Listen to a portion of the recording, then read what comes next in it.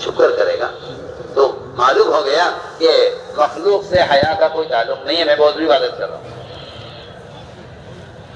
لوگ سمجھتے ہیں حیا کا تعلق مخلوق سے ہے، عمل کہہ رہے حیا کا تعلق خالق سے ہے. حیا کسے کہتے ہیں؟ اللہ سے تنہائی میں شرمانا حیا ہے. عثمان رضی اللہ تعالیٰ عنہ غسل میں کپڑے نہیں اتارتے تھے. تنہائی کے کمرے میں، تنہائی کے غسل خانے میں غسل کرتے تھے، لیکن کپڑے نہیں اتارتے تھے، برہنہ نہیں ہوتے تھے. یہ کیوں؟ کہ بھئی یہاں کون دیکھنے والا ہے؟ کہ یہاں کون دیکھنے والا ہے؟ کیا تمہارے پاس کوئی ایسا آسمان، کوئی ایسی زمین، کوئی ایسی سرنگ یا کوئی ایسی جگہ ہے تمہارے پاس جہاں تم خالق سے چھپ سکو؟ اللہ، کوئی ایسی جگہ ہے؟ کوئی ایسی جگہ ہے؟ اللہ کا غیر اگر اللہ سے نہیں چھپ سکتا، اللہ کا غیر اگر اللہ سے، میں کہتا ہوں اللہ کا غیر اگر اللہ سے چھپ سکتا ہے تو پھر ایسا خدا کہنا قابل نہیں. صاف بات ہے، کوئی ممکن نہیں ہے. کیا اللہ سے کوئی چیز چھپا دے؟ اللہ کا غیر اللہ سے چھپ نہیں سکتا.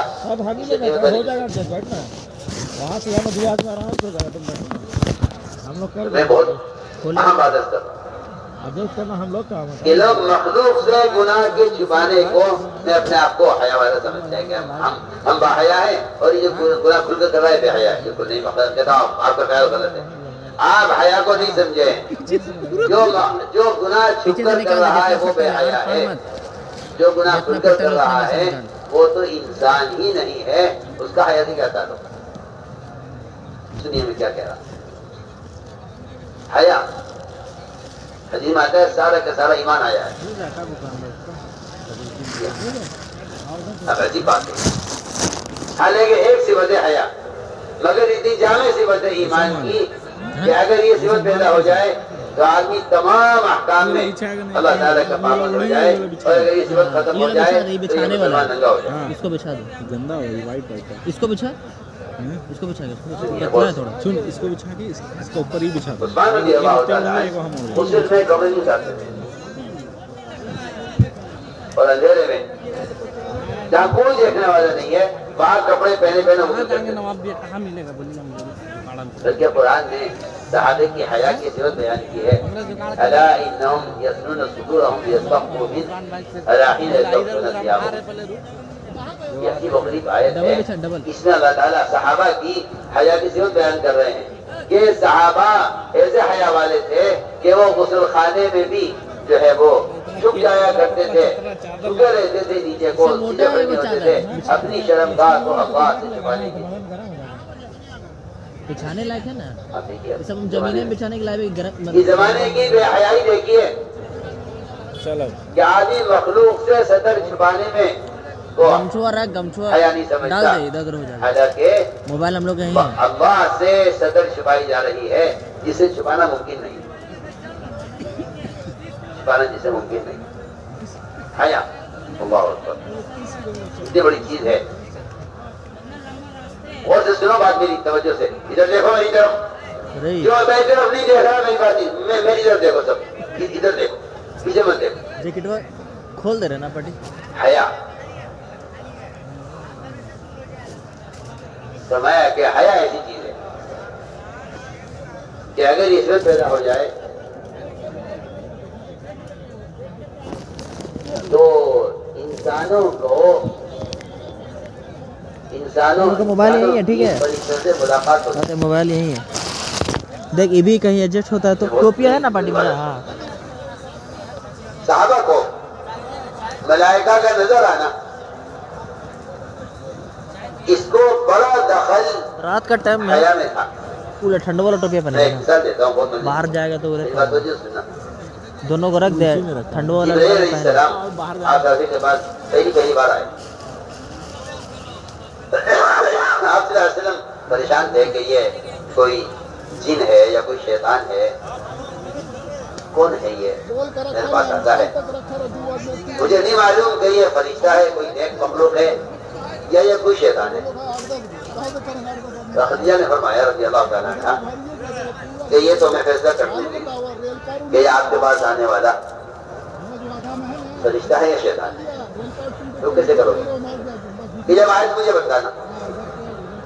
آپ صلی اللہ علیہ وسلم تشریف فرما تھے، جبریل آئے، اب میں دیکھو خدیجہ آ گیا ہے، عزت میری ایران کے پاس ادھر بیٹھا ہوا ہے، اور خدیجہ فرماتی ہیں کہ دیکھیے ابھی فیصلہ ہو جائے گا کہ یہ فرشتہ ہے یا شیطان ہے۔ میں اپنا سر کھولتی ہوں،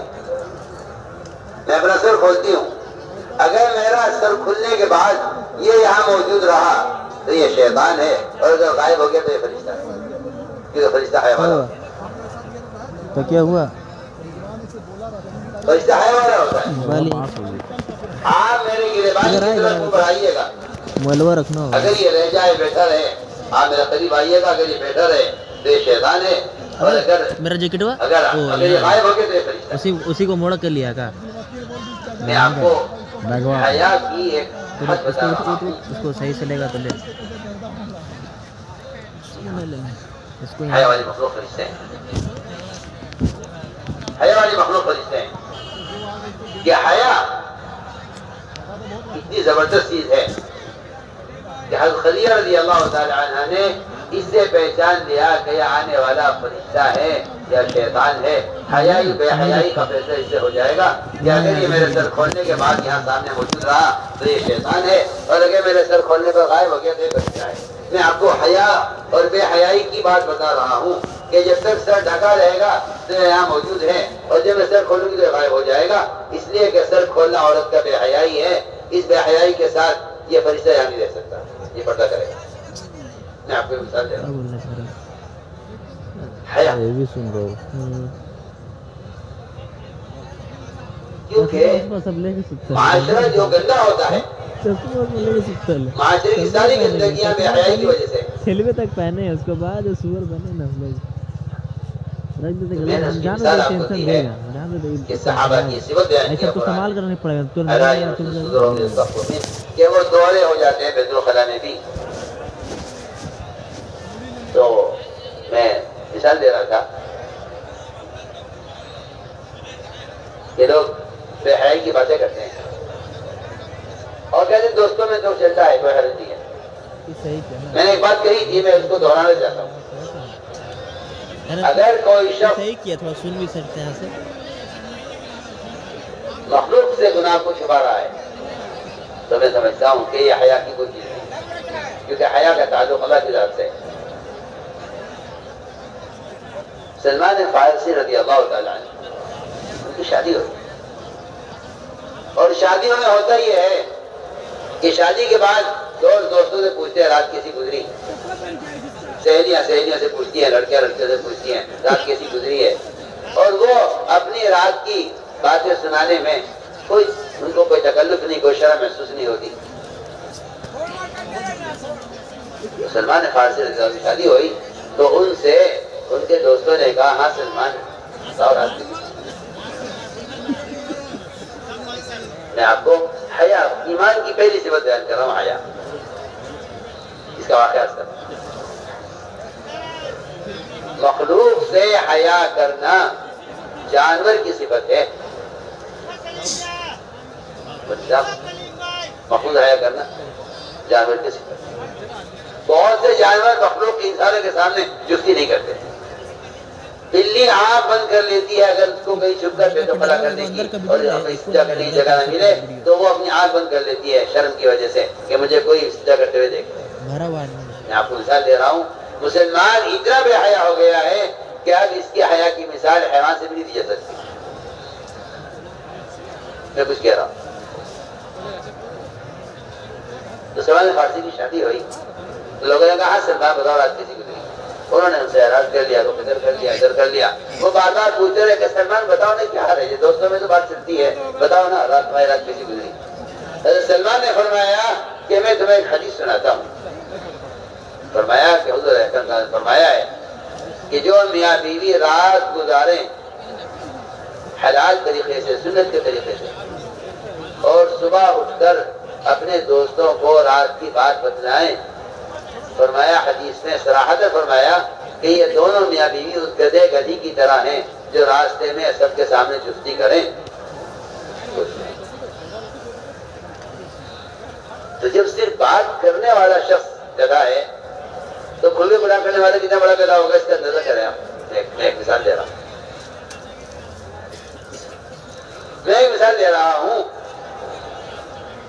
حلال طریقے سے سنت کے مطابق رات گزار کر اگر صبح کوئی آدمی کہتا ہے اور دوستوں سے کہ میں رات اس طرح گزاری ہے میں نے رات بیوی کے ساتھ، تو فرمایا حدیث میں یہ دونوں میاں بیوی گدھی اور گدھا ہیں، یہ دونوں، اور ایسے گدھے اور گدھی ہیں کہ جنہوں نے راستے میں لوگوں کے سامنے جفتی کی. آپ سوچئے، غور کیجیے، آپ ادھر لے کے بھی جاؤ. عجیب آپ کا مزاج ہے، میں بات کر رہا اور آپ اس کو دیکھ رہے، پوری متوجہ ہو کے بات سن. حیا شعبۃ من الایمان.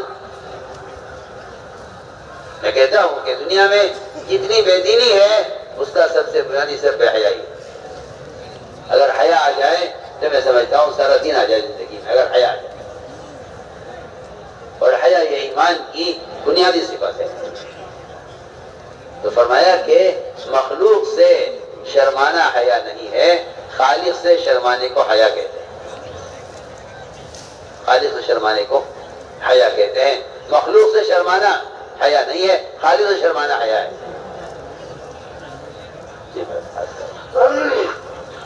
হ্যাঁ ভাই, হযরত বলছেন ওই কথাটাই আগে বাড়াতে গিয়ে